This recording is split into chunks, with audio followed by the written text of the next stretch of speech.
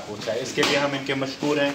मैं आपकी और अपनी तरफ से इनका दिल की गहराइयों से शुक्रिया अदा करता हूँ। जैसा कि काफ़ी सारे मसाइल हमारे हैं, इंशाल्लाह उनको हल किया जाएगा आगे आने वाले में। एजाज जान साहब इसलिए भी मुबारकबादी के मुस्तहिक हैं कि इन्होंने बड़े अच्छे मार्जिन में एक ऐसे मौके पर जब एनसी का नाम नहीं ले रहा था कोई, इतनी बड़ी तादाद में वोट हासिल किए। और उसका मतलब यही था कि इनको लोग पसंद कर रहे हैं और इनके काम कुछ हैं जो लोगों के जहनों में थे कि वो आगे भी बढ़ाएंगे। हम लोग इस वक्त इस बात से भी कोई नावाकिफ़ नहीं है कि हालात कैसे हैं। हमारी स्टेट जो है वो यूटी में तब्दील हो गई है और यहाँ पर इस वक्त कितना मुश्किल है एक छोटा सा काम भी करना। उसके बावजूद हमारे एमएलए साहब हमारी पहुंच की बात कर रहे हैं, इसके लिए वो मुबारकबादी के मुस्तहिक है। एमएलए साहब को हमने जो हमारी दरीना मांग थी कि हमारे पास यहाँ पर मीडिया कम्प्लेक्स नहीं है, तो उसके लिए इन्होंने हामी भरी है कि हम एक जगह मुंतखब करें। जगह भी इन्होंने बताई है कि यहाँ पर कुनिया में और जहाँ पर डीडीसी का वो बन रहे हैं ऑफिस, वहाँ पर जगह है। हम लोगों ने उसमें सेलेक्ट करना है कि कौन सी जगह करेंगे, तो ये हमें कम्प्लेक्स तैयार कर देंगे। सर ने बताया कि आप वहाँ पर हमें माइक तक लगा देंगे, तो इसके लिए आप तमाम हजरात ताड़ियाँ तो बजा दें कम से कम। एजाज जान साहब का एक बार फिर से हम शुक्रिया अदा करते हैं। हम लोगों के ज़्यादा मसाइल नहीं होते सर, हम लोग काम करते हैं, छोटे तबके के जो मसाइल हैं छोटे छोटे आप तक पहुँचाने की कोशिश करेंगे। यहाँ जितने भी लोग बैठे हैं किसी के खिलाफ आपके पास कंप्लेन नहीं आएगी कि हम लोगों ने कहीं गलत किया है, किसी से एक पैसा भी किसी काम का मांगा है, बल्कि हम लोग कोशिश करते हैं कि जो हमारे लोग हैं उनकी छोटी छोटी बातें आला हुकाम तक पहुंचाएं और उसका हल निकले। आगे भी हम यही काम करेंगे क्योंकि हमारा और कोई काम नहीं है। हम आपके पास किसी गरीब शख्स के लिए पानी की बहार लेकर आएंगे या ये कहें कि उसके पास पोल नहीं है तो पोल दीजिए, तार नहीं है तार दीजिए। अपने हमारे कोई ज़्यादा मसाइल नहीं होते, हमारा काम जो है वो हम कर रहे हैं। हाँ, अगर आपको कोई हमसे शिकायत है तो हमें उसकी तरफ इशारा दें, हम कोशिश करेंगे कि आगे हम किसी तरह की वो गलती न करें। बस आपको मुबारकबाद देते हैं कि आप एक अच्छे एमएलए काम के जो हमारे लोगों के मसाइल हैं उनको हल करेंगे। हम एसोसिएशन की तरफ से आपका शुक्रिया अदा करते हैं। पूरी मीडिया फैकल्टी जो यहाँ बैठे हैं ये सारे मेरे दोस्त हैं, अपना अपना काम हर एक आदमी जो है वह अच्छी तरह कर रहा है, तो आगे भी हम इसी तरह काम करेंगे। तो बहुत बहुत शुक्रिया।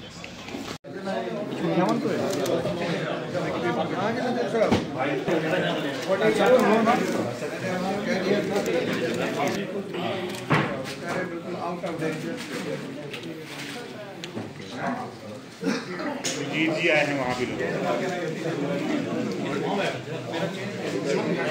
और कोई बात नहीं, ये आपने बताया ना मीडिया वाले सारे बैठे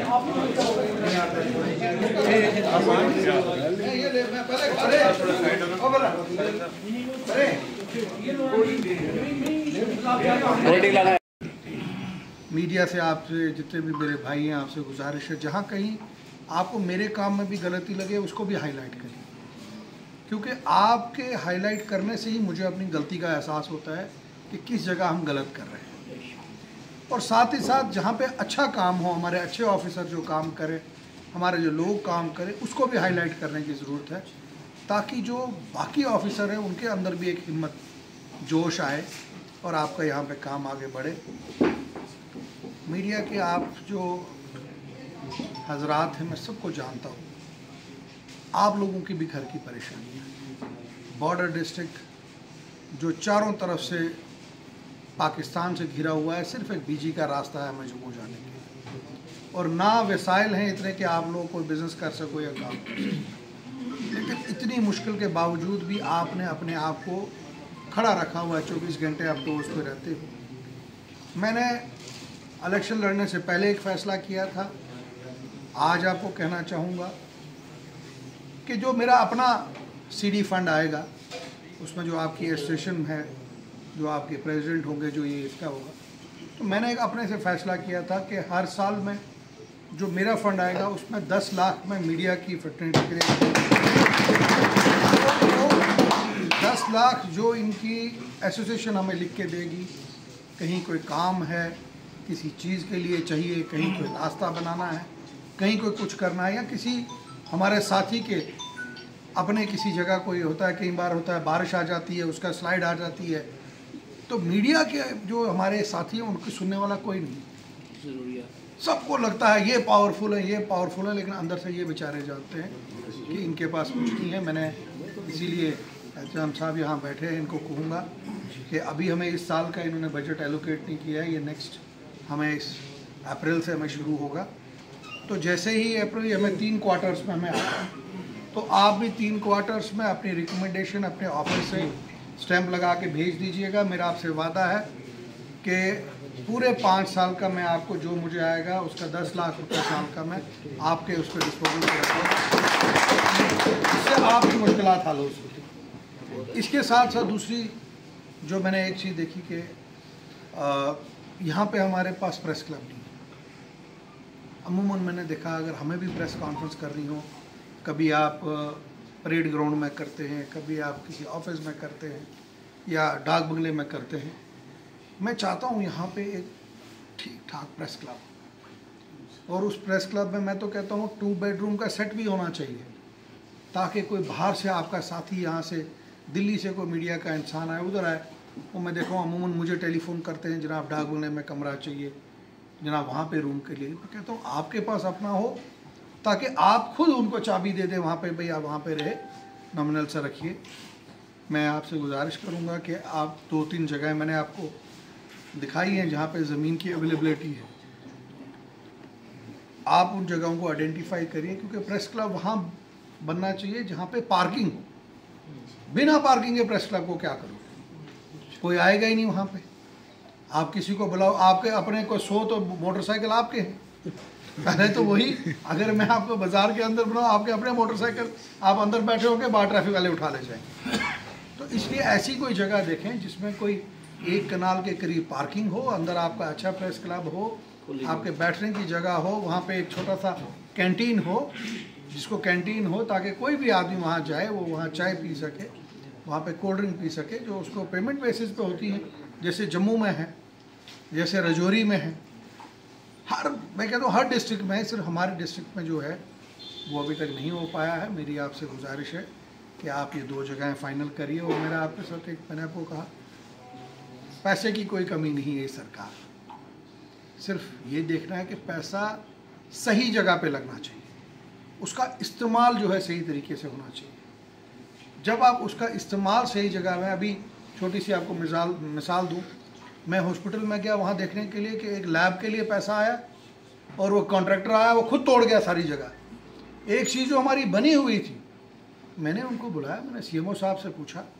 मैंने सुप्रिटेंडेंट मैडम को पूछा, मैंने कहा जनाब हमारे पास 100 पेशेंट यहाँ पे होता है आपके 2 वार्ड्स में, फिर अंदर वाली अगर 2 वार्ड्स वो भी मिलाएं, लगभग अगर 200 पेशेंट होगा, तो 200 पेशेंट के साथ 400 अटेंडेंट होते हैं जो घर से उनके आते हैं, वो कहाँ बैठेंगे। एक छोटा सा वो सेंटर में लॉन था, वो भी ख़त्म कर दिया। क्या वो अटेंडेंट बाहर जाके चौक में खड़े होंगे? हमें उन अटेंडेंट्स के लिए भी जगह बनानी है। और मेरा आपसे वादा है कि हवेली कॉन्स्टिट्यूंसी में बिना प्लानिंग के कोई काम नहीं होगा। जब इंजीनियर यहाँ पे आएंगे, इंजीनियर आएगा, वो देखेगा किस जगह बनाना है, किस जगह पार्किंग होगी, किस जगह गाड़ी खड़ी होगी, किस जगह क्या हो रहा है, उस पर हमने फैसला है। मैं नहीं फैसला कर सकता, ना आप लोग कर सकते। फैसला इंजीनियर करेगा, टेक्निकल आदमी फैसला करेगा भाई किस जगह हमें बनाना है। ये एक अपनी मर्जी है, जिसकी मर्जी आती है डोजर लगा के। मैंने उसको पूछा आपने क्यों तोड़ा, वो कहता है जनाब हम ठीक कर देंगे। मैंने कहा यार ये तो गुंडा राज हो गया, तोड़ दिया तो उसके बाद वो, तो थोड़ा सा ये 10 साल का जो गैप है इसको भरने में वक्त लगेगा। आपसे ये गुजारिश है कि आप भी जिस तरीके से आपने 10 साल अपनी ईमानदारी दिखाई, इस हुकूमत में भी आपसे कहूँगा जहाँ कहीं हमारी कमी होगी उसको आपको ज़रूर हाईलाइट करना चाहिए कि यहाँ आपकी, क्योंकि आपकी हाईलाइट से ही हमें पता लगता है कि भाई कहाँ पे कमी है, कहाँ पे मुश्किलात हैं। और मैं आखिर में फिर से आप तमाम साथियों का शुक्रगुजार हूँ।